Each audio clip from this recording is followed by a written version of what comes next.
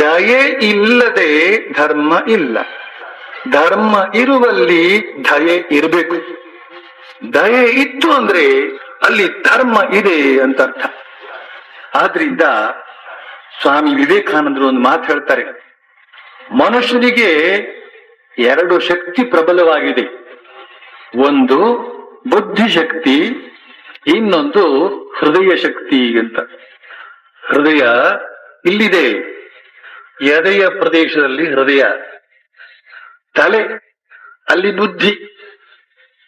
ಈ ಬುದ್ಧಿ ಅಂತ ಹೇಳ್ತಕ್ಕಂಥದ್ದು ಬಹಳ ಆಲೋಚನೆ ಮಾಡಬಲ್ಲದು. ಹೃದಯ ಅಂತ ಹೇಳ್ತಕ್ಕಂಥದ್ದು ಭಾವಿಸಬಲ್ಲದು.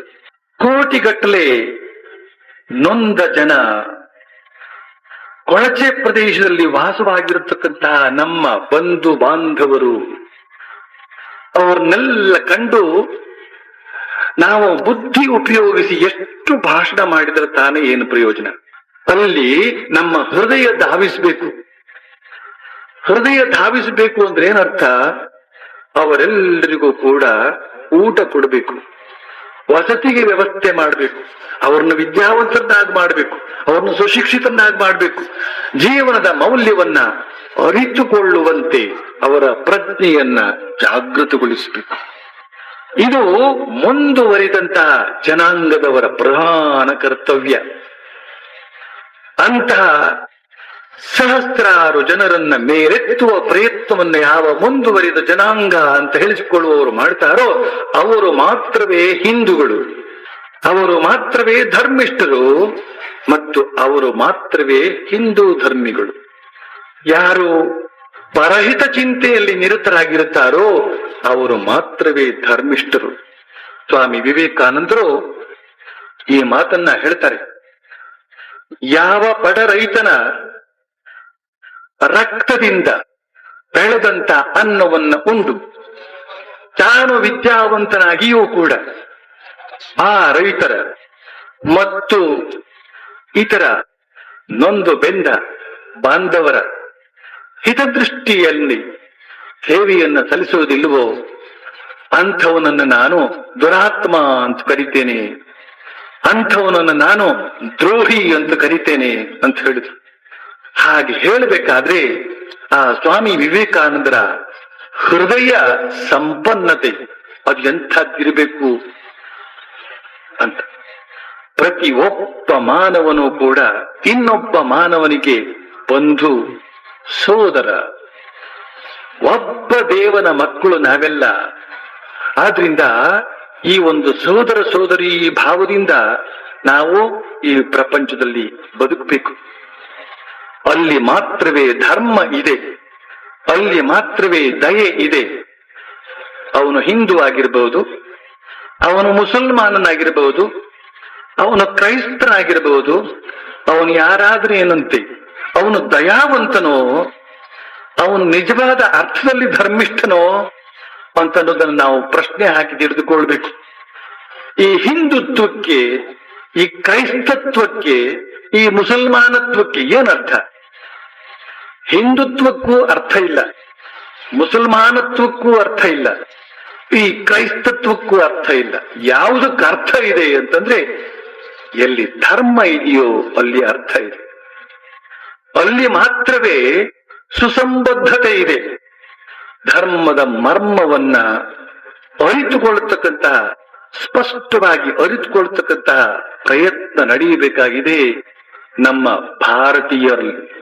ಭಾರತೀಯರು ಈ ಭಾರತೀಯ ಧರ್ಮವನ್ನ, ಸನಾತನ ಧರ್ಮವನ್ನ, ಹಿಂದೂ ಧರ್ಮ ಅಂತ ನಾವು ಈಗ ಯಾವುದನ್ನು ಕರೀತಾ ಇದ್ದೇವೋ ಆ ಧರ್ಮವನ್ನ ಅಭ್ಯಾಸ ಮಾಡಬೇಕಾಗಿದೆ, ಅರಿತುಕೊಳ್ಬೇಕಾಗಿದೆ ಮೊದಲು, ಆಮೇಲೆ ಅಭ್ಯಾಸ ಮಾಡಬೇಕಾಗಿದೆ.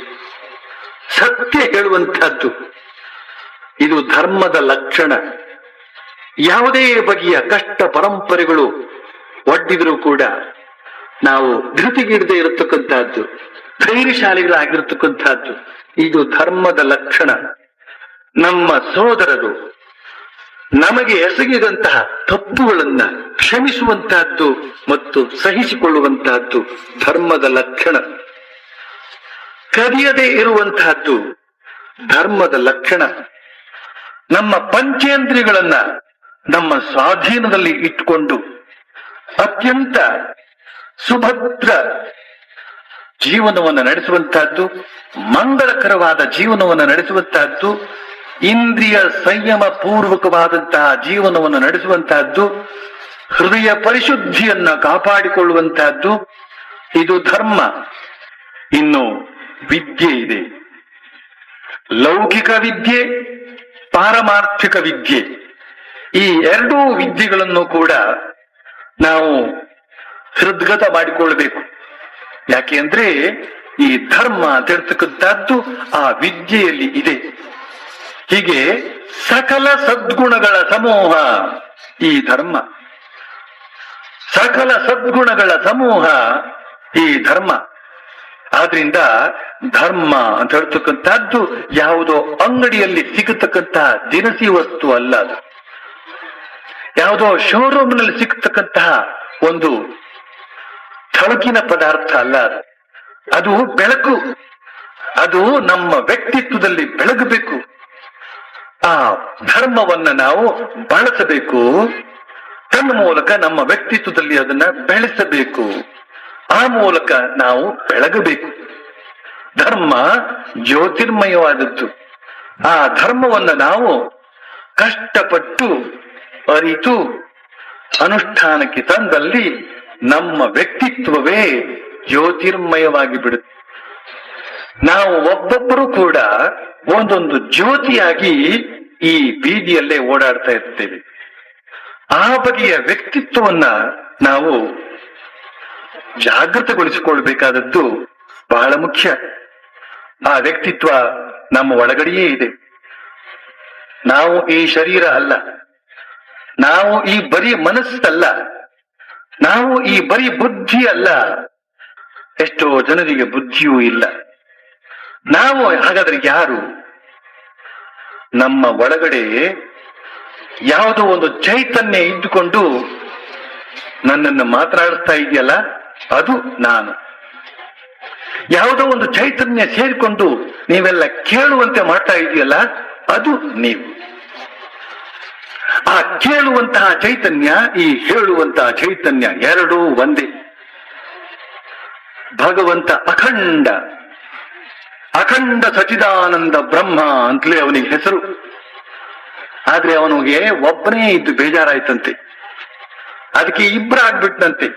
ಇಬ್ಬರಾದ್ಮೇಲೆ ಕೇಳ್ಬೇಕೆ? ಒಂದು ಗಂಡು ಒಂದು ಹೆಣ್ಣು ಸೇರಿಬಿಟ್ರೆ ಇಡೀ ಜಗತ್ತೆಲ್ಲ ಜನರಿಂದ ತುಂಬಿ ಬಿಡುತ್ತೆ. ಆ ರೀತಿಯಲ್ಲಿ ಪರಮಾತ್ಮನೇ ತಾನೇ ತಾನಾಗಿ ವಿವಿಧವಾಗಿ ವಿಭಿನ್ನವಾಗಿ ವ್ಯಕ್ತವಾಗಿ ಇದ್ದುಕೊಂಡು ಅವನು ಲೀಲೆ ಆಡ್ತಾ ಇದ್ದಾನೆ. ಈ ಜಗತ್ತು ಅಂತ ಹೇಳ್ತಕ್ಕಂತಹದ್ದು ಆ ಪರಮಾತ್ಮನ ಲೀಲೆ. ಆ ಲೀಲೆಯಲ್ಲಿ ನಾವು ಸಹಕರಿಸ್ತಕ್ಕಂಥವರು. ನಾವು ಕೂಡ ಅದೇ ಪರಮಾತ್ಮನ ಅಂಶಗಳು. ಆ ಆನಂದ ಸ್ವರೂಪಿಯಾದ ಪರಮಾತ್ಮನಿಂದಲೇ ನಾವು ಬಂದವರು. ಆನಂದಾಧ್ಯೇವ ಖಲ್ವಿಮಾನಿ ಭೂತಾನಿ ಜಾಯಂತೆ ಆನಂದೇನ ಜಾತಾನಿ ಜೀವಂತಿ ಆನಂದಂ ಪ್ರಯಂತ್ಯಭಿಸಂವಿಶಂತೀತಿ ಅಂತನ್ನುವ ನಿಷ್ಕೃಷ್ಟವಾದ ಜ್ಞಾನವನ್ನ ತೈತ್ತರೀಯ ಉಪನಿಷತ್ತು ಘಂಟಾಘೋಷವಾಗಿ ಸಾರ್ತಾ ಇದೆ. ಆ ಆನಂದದಿಂದಲೇ ನಾವೆಲ್ಲರೂ ಬಂದವರು. ಬಡವರು, ಶ್ರೀಮಂತರು, ಸ್ತ್ರೀಯರು, ಪುರುಷರು, ಮಕ್ಕಳು, ದೊಡ್ಡವರು, ಮುದುಕರು ಎಲ್ಲರೂ ಕೂಡ ಆ ಆನಂದಮಯವಾದಂತಹ ಪರಬ್ರಹ್ಮದಿಂದಲೇ ಬಂದವರು. ಮತ್ತು ಆ ಸಚಿದಾನಂದ ಬ್ರಹ್ಮ ಅಲ್ಲದೆ ಬೇರೆ ಯಾವುದೂ ಇಲ್ಲ.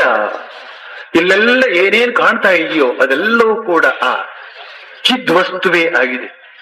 ಆ ಸಚಿದಾನಂದ ಬ್ರಹ್ಮವೇ ಆಗಿದೆ. ಈಶಾವಾಸ್ಯಮಿದಗ್ ಸರ್ವಂ ಯತ್ಕಿಂಚ ಜಗತ್ಯಾಂ ಜಗತ್. ಅದೇ ಪರಮಾತ್ಮನಿಂದಲೇ ಇವೆಲ್ಲವೂ ಆವೃತವಾಗಿದೆ.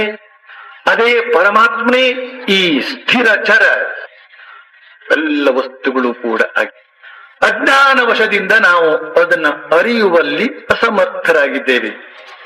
ಸುಜ್ಞಾನ ವಿಜ್ಞಾನ ನಮ್ಮಲ್ಲಿ ಜಾಗೃತವಾದಾಗ ಜಡವನ್ನು ಚೈತನ್ಯವಾಗಿ ಕಾಣುವಂತಹ ಸಾಮರ್ಥ್ಯವನ್ನು ಪಡಿತೇವೆ. ಶ್ರೀರಾಮಕೃಷ್ಣ ಪರಮಹಂಸರು ಸಹಸ್ರಾರು ಜನರು ಇರತಕ್ಕಂತಹ ಸಭೆಯನ್ನ ಕಂಡಾಗ ತಕ್ಷಣ ಸಮಾಧಿಸ್ಥರಾಗ್ತಾ ಇದ್ರಂತೆ. ಜನಸಂಖ್ಯೆ, ಅಧಿಕ ಪ್ರಮಾಣದ ಜನಸಂಖ್ಯೆಯನ್ನ ಕಂಡ ಅಕ್ಷಣ ಅವರು ನಿರ್ವಿಕಲ್ಪ ಸಮಾಧಿಗೆ ಹೋಗ್ತಾ ಇದ್ರಂತೆ. ಕಾರಣ ಏನಿರ್ಬಹುದು? ಜನರನ್ನ ಕಂಡ್ರೆ ಯೋಗಿಗಳಿಗೆ ಒಂದು ಬಗೆಯ ವಾಕರಿಕೆ.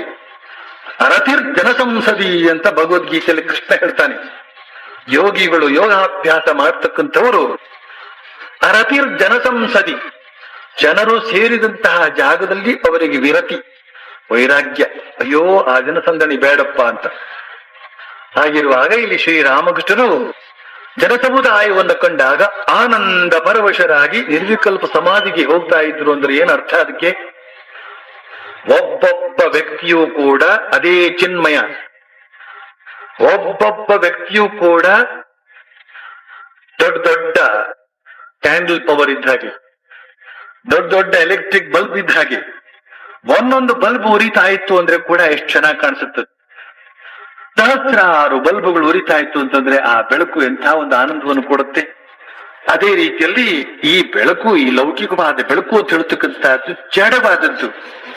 ಆದ್ರೆ ಪ್ರತಿಯೊಬ್ಬ ವ್ಯಕ್ತಿಯಲ್ಲೂ ಕಾಣತಕ್ಕಂತಹ ಚೈತನ್ಯ ಇದೆಯಲ್ಲ, ಅದು ಜ್ಯೋತಿರ್ಮಯವಾದಂತಹದ್ದು. ಅದು ಅಲೌಕಿಕವಾದಂತಹ ಜ್ಯೋತಿ, ಜ್ಞಾನಮಯವಾದಂತಹ ಜ್ಯೋತಿ ಅದು.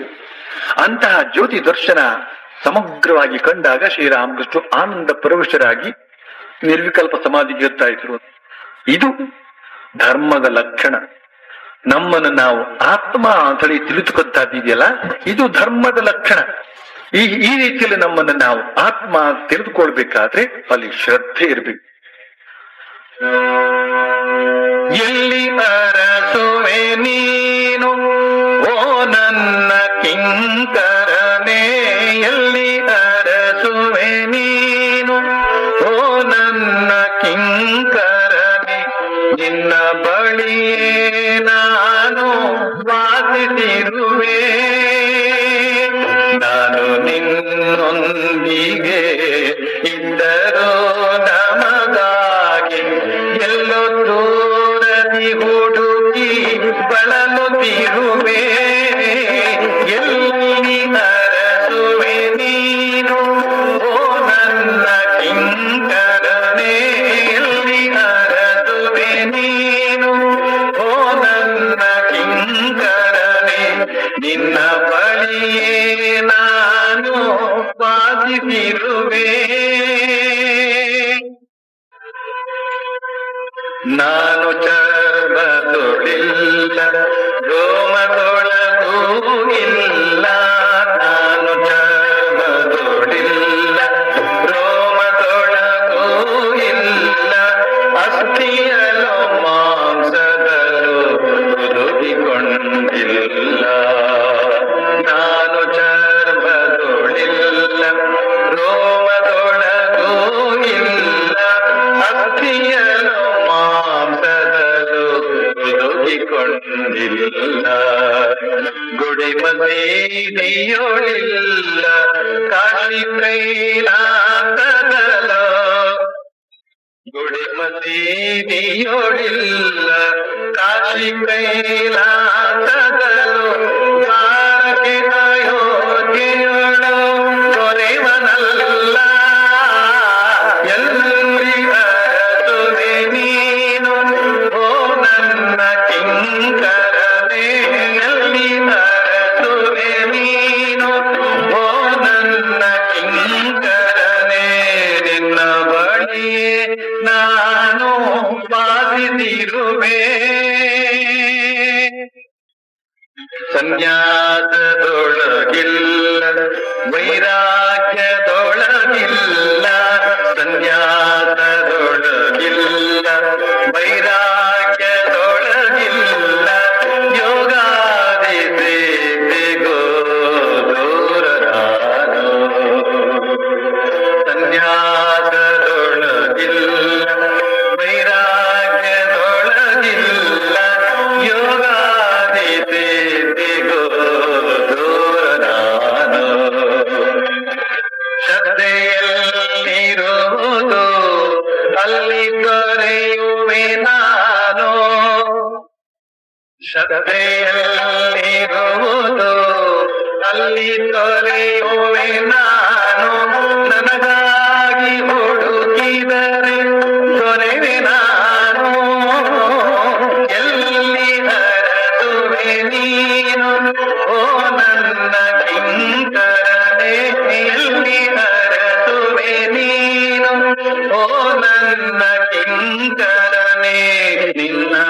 ಬಳಿಯೇ ನಾನು ಬಾಳಿದಿರುವೆ.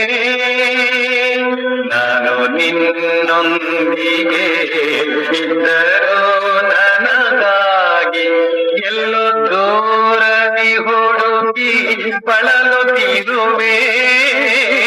ಎಲ್ಲಿ ಅರಸುವೆ ನೀನು ಓ ನನ್ನ ಕಿಂಕರನೇ, ಎಲ್ಲಿ ಅರಸುವೆ ನೀನು ಓ ನನ್ನ ಕಿಂಕರನೇ, ನಿನ್ನ ಬಳಿಯೇ ನಾನು ಬಾಧಿಸಿರುವೆ.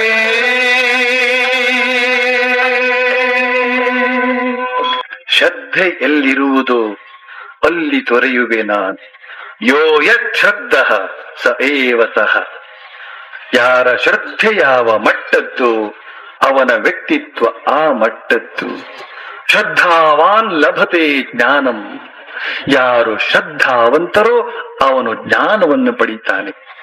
ಶ್ರದ್ಧಾ ಹಿ ಪರಮಾಗತಿ.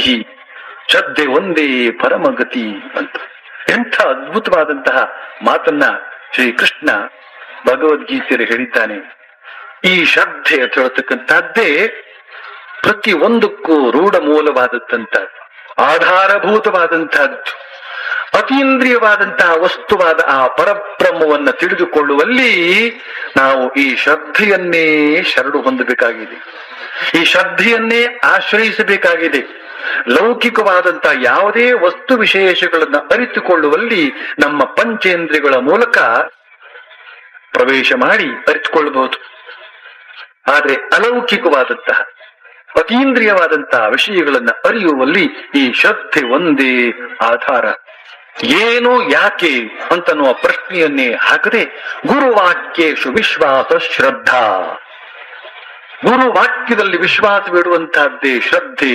ಹಾಗೆ ಆ ಗುರುವಾಕ್ಯದ ಶ್ರದ್ಧೆಯನ್ನ ಇಟ್ಟು ಆ ಗುರು ಹೇಳ್ತಾನೆ ಬೆಂಕಿಗಾರು ತಕ್ಷಣ ಹಾರಿಬಿಡ್ಬೇಕು, ಅಂಥವನು ಮಾತ್ರವೇ ಶಿಷ್ಯ.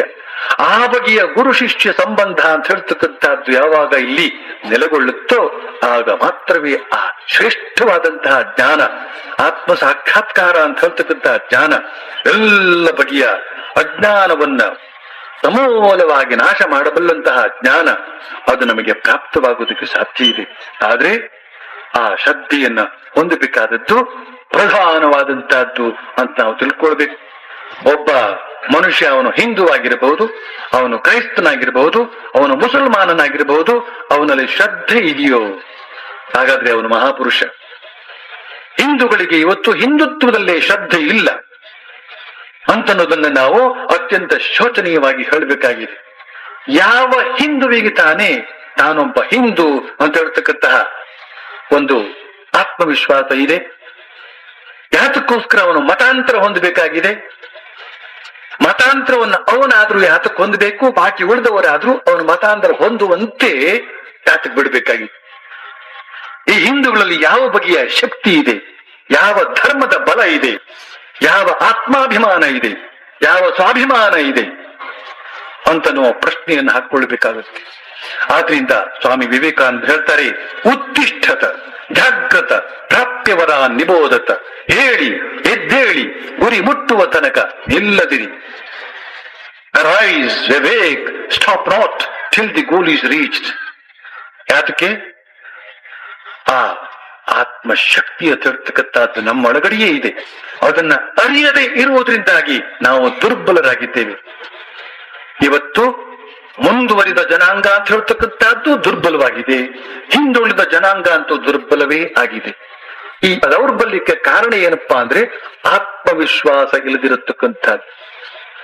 ನಾವು ಆತ್ಮಸ್ವರೂಪಿಗಳು, ಆ ಪರಮಾತ್ಮನ ಅಂಶ ಸಂಭೂತರು ನಾವು, ಆ ಪರಮಾತ್ಮನ ಅಂಶರು ನಾವು ಅಂತ ಹೇಳ್ತಕ್ಕಂಥ ಒಂದು ಶ್ರದ್ಧೆ ಕಳೆದು ಹೋಗಿದೆ. ಆ ಪ್ರಯುಕ್ತ ನಾವು ಯಾವುದೇ ಬಗೆಯ ಜೀವನ ಕ್ರಮದಲ್ಲೂ ಯಶಸ್ವಿಗಳಾಗ್ತಾ ಇಲ್ಲ. ಕೇವಲ ನರಹುಳುಗಳಂತೆ ನಾವು ಬದುಕ್ತಾ ಇದ್ದೇವೆ, ನರಹುಳುಗಳಂತೆ ನಾವು ಬದುಕ್ತಾ ಇದ್ದೇವೆ. ಪರಸ್ಪರರನ್ನು ದ್ವೇಷಿಸ್ತಾ, ಅಸೂಯೆ ತಾಳ್ತಾ, ಯಾರ ಒಂದು ಉದ್ಧಾರವನ್ನು ಕೂಡ ಸಹಿಸದೆ ಅಡ್ಡಗಾಲ ಹಾಕ್ತಾ, ಕ್ಷುದ್ರವಾದಂತಹ ಮಾನಸಿಕ ಸ್ಥಿತಿಯಲ್ಲಿ ನಾವು ತೊಳಲಾಡ್ತಾ ಇದ್ದೇವೆ. ಇದೆಲ್ಲ ನಮ್ಮ ಅನಂತವಾದಂತಹ ಶಕ್ತಿಯ ಬಗ್ಗೆ, ಆ ಆತ್ಮಶಕ್ತಿಯ ಬಗ್ಗೆ ಇರತಕ್ಕಂತಹ ಒಂದು ಶ್ರದ್ಧೆ ಏನಿದೆಯೋ ಅದು ಲುಪ್ತವಾದಂತೆ ಅದಕ್ಕೆ ಕಾರಣ. ಅದಕ್ಕೋಸ್ಕರ ಸ್ವಾಮಿ ವಿವೇಕಾನಂದ ಹೇಳ್ತಾರೆ, ಉತ್ತಿಷ್ಠತ ಜಾಗೃತ ಪ್ರಾಪ್ಯವರ ನಿಬೋಧತ. ಉತ್ತಿಷ್ಠತ ಜಾಗೃತ ಮನೋಜ, ಉತ್ತಿಷ್ಠತ ಜಾಗೃತ ಮನೋಜ, ಉತ್ತಿಷ್ಠತ ಜಾಗೃತ. ಗುರಿಯನ್ನು ಸೇರುವವರೆಗೂ ನೀ ಅರಕ್ಷಣ ನಿಲ್ಲದೆ ಮುನ್ನಡೆದ ಕನೆ. ಉತ್ತಿಷ್ಠತ ಜಾಗೃತ ಮನೋಜ, ಉತ್ತಿಷ್ಠತ ಜಾಗೃತ ಮನೋಜ, ಉತ್ತಿಷ್ಠತ ಜಾಗೃತ. ನಿನ್ನಯ ಗುರಿಯು ಆತ್ಮದರ್ಶನ, ನಿನ್ನೊಳಗೆ ಇದೆ ಆರತುನ. ನಿನ್ನಯ ಗುರಿಯು ಆತ್ಮದರ್ಶನ, ನಿನ್ನೊಳಗೆ ಇದೆ ಆರತುನ. ಬನ್ನ ಪಡುತ್ತ ಈ ಕ್ಷುದ್ರ ಜೀವನದಿ, ಬನ್ನ ಪಡುತ್ತ ಈ ಕ್ಷುದ್ರ ಜೀವನದಿ, ಇನ್ನು ತೊಳದಿರು ಮುನ್ನಡೆದ ಕನೆ. ಉತ್ತಿಷ್ಠತ ಜಾಗೃತ ಮನೋಜ, ಉತ್ತಿಷ್ಠತ ಜಾಗೃತ ಮನೋಜ, ಉತ್ತಿಷ್ಠತ ಜಾಗೃತ. ಮಮತೆಯ ಈ ದೇಹವೇ ನೀನೆಂದು ಭ್ರಮಿಸದಿರೇನಿ ಎಂದೆಂದು. ಮಮತೆಯ ಈ ದೇಹವೇ ನೀನೆಂದು ಭ್ರಮಿಸದಿರೇನಿ ಎಂದೆಂದು. ಅಮರ ಆತ್ಮನಿ ಅಮೃತ ಪುತ್ರನೇ, ಅಮರ ಆತ್ಮನಿ ಅಮೃತ ಪುತ್ರನೇ, ಅಮಲಾನಂದದಿ ಪರಿಪೂರ್ಣನು ನೀನು.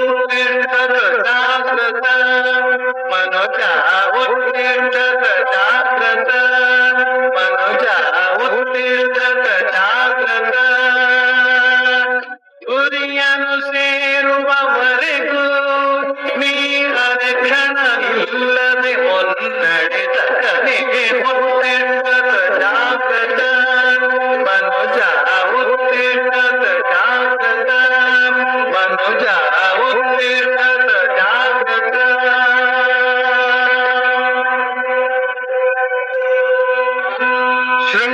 ಶೃಣ್ವಂತು ವಿಶ್ವೇ ಅಮೃತಸ್ಯ ಪುತ್ರಾಃ, ಆಯೇ ಧಾಮಾನಿ ದಿವ್ಯಾನಿ ತಸ್ತು.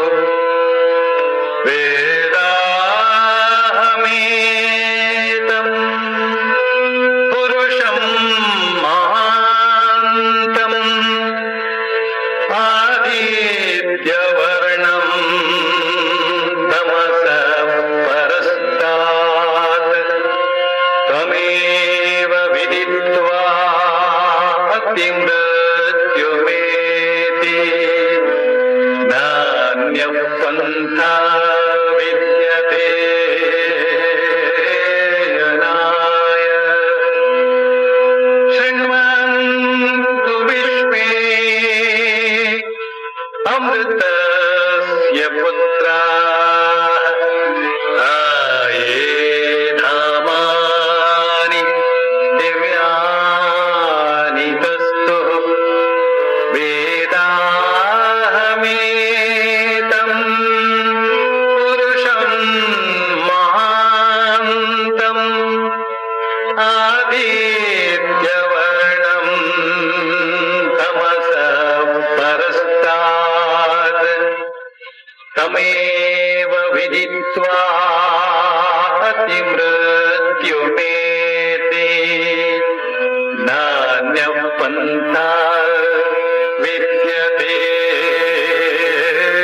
ಜನಾಯ. ಉತ್ತಿಷ್ಠತ ಜಾಗೃತ ಪ್ರಾಪ್ಯವರ ನಿಬೋಧತ.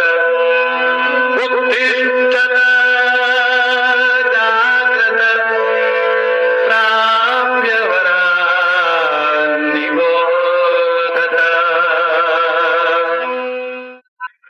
ಪ್ರೀತಿಯ ಬಂಧುಗಳೇ, ಧರ್ಮದ ಮರ್ಮದ ಕಿಂಚಿತ್ ಅಭಿಪ್ರಾಯ ನಿಮಗೆ ಈಗಾಗಲೇ ಆಗಿರಬಹುದು ಅಂತ ಭಾವಿಸ್ತೇನೆ.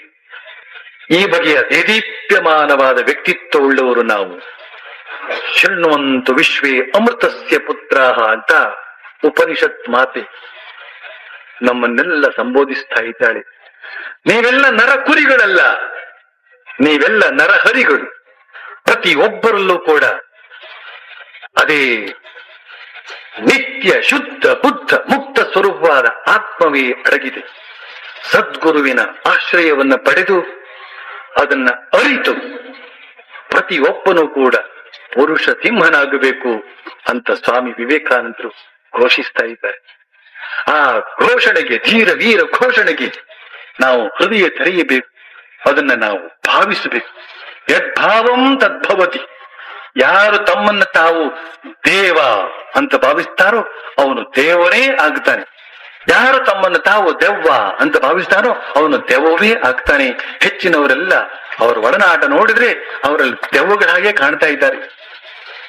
ಆದ್ರಿಂದ ಇನ್ನು ಮೇಲೆ ನಾವೆಲ್ಲ ನರಕುರಿಗಳು, ನಮ್ಮ ಕೈಲಿ ಏನಾಗುತ್ತೆ ಅಂತ ಹೇಳ್ತಕ್ಕಂಥ ಸ್ವಲ್ನ ಅಡಗಿಸಿ ಇಟ್ಟು ನಾವು ಏನು ಬೇಕಾದ್ರೂ ಸಾಧಿಸಬಲ್ಲೆವು ಅಂತ ಹೇಳ್ತಕ್ಕಂಥ ಆತ್ಮವಿಶ್ವಾಸವನ್ನು ಹೊಂದಬೇಕು ಅಂತ ಅನ್ನುವ ಎಲ್ಲ ಮಹಾಪುರುಷರ ಈ ವೀರ ಕರೆಗೆ, ಈ ಸತ್ಯ ವಾಕ್ಯಕ್ಕೆ ನಾವು ಕಣ್ತೆರೆದು ಹೃದಯ ತೆರೆದು ನಮ್ಮ ಜೀವನವನ್ನು ನಾವು ಸಾರ್ಥಕಪಡಿಸಿಕೊಳ್ಳೋಣ ಅಂತ ಹೇಳಿ ಅಗ್ನಿ ಮಂತ್ರವನ್ನು ನಾವು ಪಡೆಯಬೇಕಾಗಿದೆ. ಅಗ್ನಿ ಮಂತ್ರದ ದೀಕ್ಷೆ ನಮಗಾಗಬೇಕಾಗಿ. ಸಾಮಾನ್ಯವಾದ ಮಂತ್ರಗಳಿಂದ ನಾವು ನಾನೊಬ್ಬ ಕುರಿ ಅಂತ ಹೇಳ್ತಕ್ಕಂಥ ದೌರ್ಬಲ್ಯ ನಮ್ಮಲ್ಲಿ ಬೆಳೆದು ಬಂದಿತ್ತು. ಅದನ್ನು ಹೋಗಲಾಡಿಸಿಕೊಳ್ಬೇಕಾದ್ರೆ ಅಗ್ನಿ ಮಂತ್ರದ ಉಪದೇಶ ಆಗಬೇಕಾಗಿದೆ. ಯಾಜ್ವಲ್ಯಮಾನವಾದಂತಹ ಮಂತ್ರ ಭಗವನ್ನಾಮ. ಭಗವನ್ನಾಮವೇ ಆ ಅಗ್ನಿ ಮಂತ್ರ. ಭಗವಂತನ ಯಾವುದಾದ್ರೂ ಒಂದು ನಾಮವನ್ನ ಆರಿಸಿಕೊಂಡು ಆ ಗುರುವಿನಿಂದ ಆ ಮಂತ್ರೋಪದೇಶವನ್ನ ಪಡೆದರೂ ಸರಿಯೇ, ಅಥವಾ ರಾಮ ಅಂತ ಹೇಳ್ತಕ್ಕಂಥ ಒಂದು ಮಂತ್ರ ಗುರುವಿನ ಉಪದೇಶ ಇಲ್ಲದಿದ್ರೂ ಕೂಡ ಜಪಿಸಿ ಕೃತಾರ್ಥರಾಗಬಹುದಾದಂತಹ ಮಂತ್ರ, ತಾರಕ ಮಂತ್ರ, ಸಿದ್ಧ ಮಂತ್ರ, ಇಂಥದ್ಯಾವುದಾದ್ರೂ ಒಂದು ದಿವ್ಯವಾದ ಮಂತ್ರವನ್ನ ಪಡೆದು ಅದನ್ನೇ ಜಪಿಸ್ತಾ ಕೊನೆಗೆ ಆ ಒಂದು ದಿವ್ಯ ಶಕ್ತಿಯೇ ನಾವು ಆಗಬೇಕು.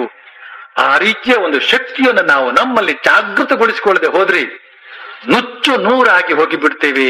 ಈ ಪ್ರಪಂಚದಲ್ಲಿ ಪ್ರಾಪಂಚಿಕರ ತುಳಿದ ಆಟದಲ್ಲಿ ನಾವು ನುಚ್ಚು ನೂರಾಗಿ ಹೋಗಿ ಬಿಡ್ತೇವೆ. ಆದ್ರಿಂದ ಆಧ್ಯಾತ್ಮಿಕ ಶಕ್ತಿಯನ್ನ ನಾವು ಜಾಗೃತಗೊಳಿಸಿಕೊಳ್ಬೇಕು. ವಿಶ್ವ ಮಾನವರಾಗಿ ವಿಶ್ವ ಭ್ರಾತೃತ್ವವನ್ನ ನಮ್ಮ ಇಡೀ ಸಮಾಜದಲ್ಲಿ ಕಾಣಿಸಬೇಕು, ನಮ್ಮ ವರ್ತನೆಯಲ್ಲಿ ಕಾಣಿಸಬೇಕು.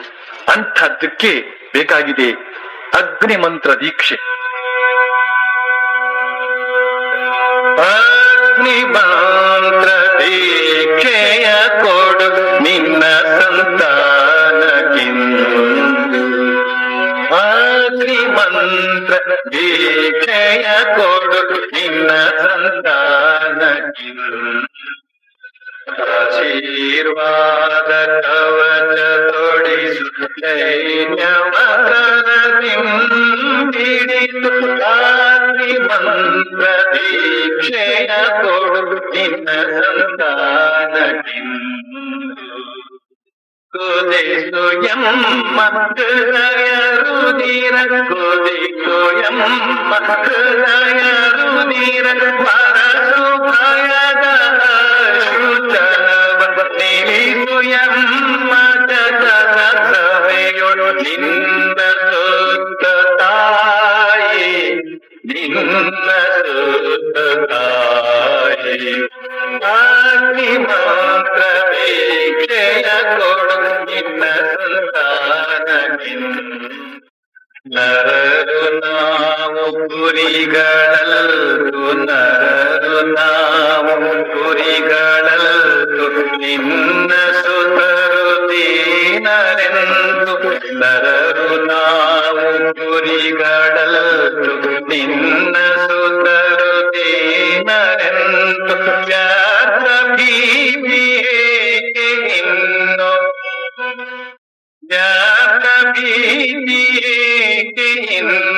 ಬೀಜವತೆ ನೀಲಜೆ ಬೀಜವತೆ ನೀಲಜೆ ಅಗ್ನಿ ಮಂತ್ರ ದೀಕ್ಷೆಯ ಕೊಡು ನಿನ್ನ ಸಂತಾನಕ್ಕಿಂದು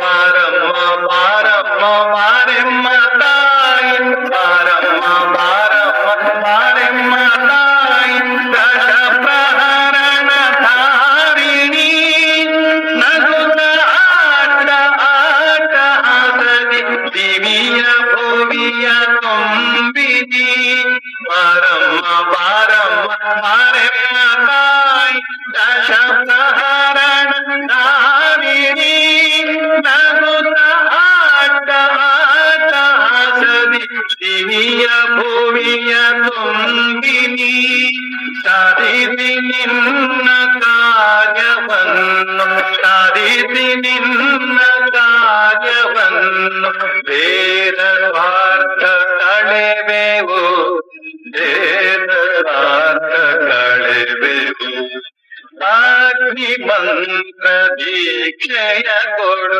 ನಿನ್ನ ಸಂತಾನ ಆಶೀರ್ವಾದ ಕವಚ ತೊಡಿಸು ದೈನ್ಯ ವಚನದಿಂದಿಡಿಸು ಅಗ್ನಿ ಮಂತ್ರ ದೀಕ್ಷೆಯ ಕೊಡು ನಿನ್ನ ಸಂತಾನಕ್ಕಿಂದು ಅಗ್ನಿ ಮಂತ್ರ ದೀಕ್ಷೆಯ ಕೊಡು ನಿನ್ನ ಸಂತಾನಕ್ಕಿಂದು.